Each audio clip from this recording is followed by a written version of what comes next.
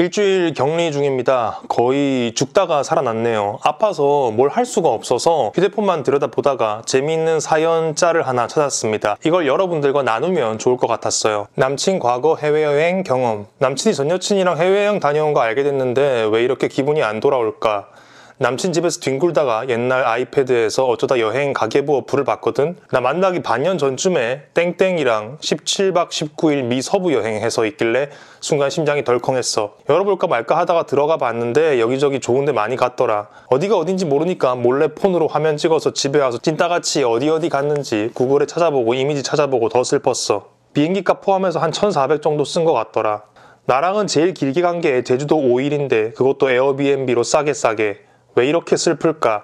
그리고 원래 미국 여행 저렇게 비싸? 신혼여행도 아니고. 오마르게섬. 이 사연을 두고 기분 나쁠만 하다, 난 별로 아무렇지 않을 것 같다 등 다양한 의견들이 있더라고요. 저는 개인적으로 이 사연을 보면서 기분 나쁜 거야 그럴 수 있는데 일단 너무 딱하고 답답했습니다. 정말 하지 말아야 할 짓만 골라서 하는 거죠. 일단 판도라의 상자를 열었습니다. 여행 가계부 제목을 봤을 때 아이패드를 껐어야죠. 그리고 넘기면 좋겠지만 그게 어려우면 남자친구한테 야 너 그런 거 있더라, 지우는 게 맞지 않을까? 라고만 말했어도 깔끔하게 끝났을 겁니다. 혹시 그런 지뢰가 또 있다면 남자친구가 진심으로 미안해하며 제대로 한번 싹 정리를 하는 계기가 될 수도 있고 말이죠. 만약에 이걸 다 들여다보고 나서 그 내용을 따져 물으면 어떻게 될까요? 프라이버시를 침해당한 남자친구는 하나도 안 미안합니다. 이제 여친의 음침함에 정 떨어질 일만 남은 거죠. 다행히 자신도 자기 행동의 문제를 아니까 따지진 않았는데 또 거기서 끝나는 게 아니라 이걸 폰으로 찍어와서 랜선 미행을 합니다. 사진 찾아보면서 여행 견적까지 냈어요. 너무 끔찍한 행동이잖아요. 거의 자기 자신을 구타하는 수준입니다. 망상이 꼬리에 꼬리를 물고 이어지겠죠. 아무도 준 적이 없는 상처를 받습니다. 너무 바보 같지 않나요? 물어보면 자기도 안다고 하겠지만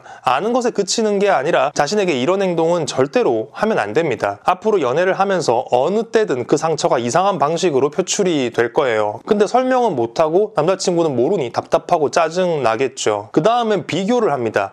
재미있게 잘 놀고 온 제주도 여행이 갑자기 싸구려가 돼버리죠. 지옥이 시작되었습니다. 밥을 먹든 선물을 받든 그 1,400만 원이 머리에서 지워지지 않겠죠. 나는 계속 가성비 여자친구로 느껴집니다. 근데 이걸 누가 다른 사람이 말한 게 아니라 내가 나를 싸구려로 만든 것이죠. 비교를 하는 것도 문제인데 애초에 비교될 대상이 전혀 아닙니다. 얼마나 오래 만났을지도 모르는 전 여친이 받은 것들을 그 액면가만 생각하면서 당장 나도 그거 받고 싶다는 생각도 노답이고 1,400을 몽땅 남친이 다 썼다고 생각하는 것도 노답이죠. 그 시기에 금전적으로 여유가 있었을 수도 있고 또 누구처럼 받아먹기만 기다리고 앉아있는 게 아니라 전 여친은 능동적으로 나서서 함께 긴 여행을 기획했을지도 모릅니다. 뭘 알아야 비교를 하고 기준점이 같아야 남친이 나를 덜 사랑한다고 징징거릴 수 있겠죠. 자, 이런 일들은 흔하지 않죠. 근데 이런 건 좀 흔합니다. 이런 성향의 분들이 남친의 전 여친 외모를 사진으로건 실물로건 알게 되면 자기랑 비교하고 자기보다 예쁘면 혼자 화를 내거나 좌절하거나 합니다. 이런 행동 사실 같은 사람으로서 또 한 어른으로서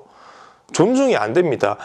뭐 어쩌라는 건지 모르겠어요. 너무너무 처치곤란이죠. 이런 분들은 당장 연애하지 말 것을 권하고 싶습니다. 아무 문제가 없어도 문제를 만들고 관계를 망칠 수가 있는 사람이에요. 그리고 댓글을 보다 보니 거기서 멈추는 게 아니라 그 여행과 남친에 대해 자꾸 없는 이야기를 만들어내는 사람들도 있었습니다. 그 정도면 신혼여행이다, 결혼 정도 생각하지 않았을까? 나 같으면 이제 못 만난다. 실제 그 여행이 어땠는지, 둘의 관계가 어땠는지는 아무것도 모르면서 부정적인 방향으로만 상상력을 발휘하죠. 그게 실제로 그랬었다 하더라도 그걸 꺼내는 것이 지금 무슨 의미가 있습니까? 오마르게섬. 이 사연은 거의 연애할 때 하면 안 되는 행동들의 총집합, 교과서입니다. 나라도 사연자처럼 행동할 것 같다는 생각이 드시면 이건 연애 문제가 아닌 것 같아요. 본인 자존감부터 회복하셔야 합니다. 얼마 전 인스타그램 스토리 질문란을 열어뒀는데 갓 사귀기 시작한 커플인데 조언 좀 해달라고 누가 그러셨어요. 다른 건 딱히 할 말이 없었고 계정 비번, 집 비번 이런 거 쓸데없이 공유하지 말라고 말씀드렸습니다. 연애 경험이 적을수록 연애를 할 때 괜히 서로 모든 걸 공유하고 비밀이 없어야 한다는 그런 생각을 하는 것 같아요. 그래야 뭔가 우리가 제대로 하나 되는 거라는 않는다는 그런 이상한 오해를 하죠. 제가 드리고 싶은 말씀은 너무 뭘 다 알려고 하지 마세요. 사람은 기본적으로 내놓을 수 있는 면과 감추고 싶은 면을 함께 가지고 있습니다. 전 여친과의 여행 계획서는 일부러 감춘 게 아니지만 어쩌다 보니 생긴 잔여물 같은 것이고 들여다봐서 좋을 게 없는 것이죠. 이렇게 누구나 별로인 면이 조금씩은 다 있습니다. 지금 상대를 검열하는 본인도 가지고 있을 테고요. 서로 조금 몰라야 편한 연애가 가능합니다. 그러자면 뭐 비번 풀고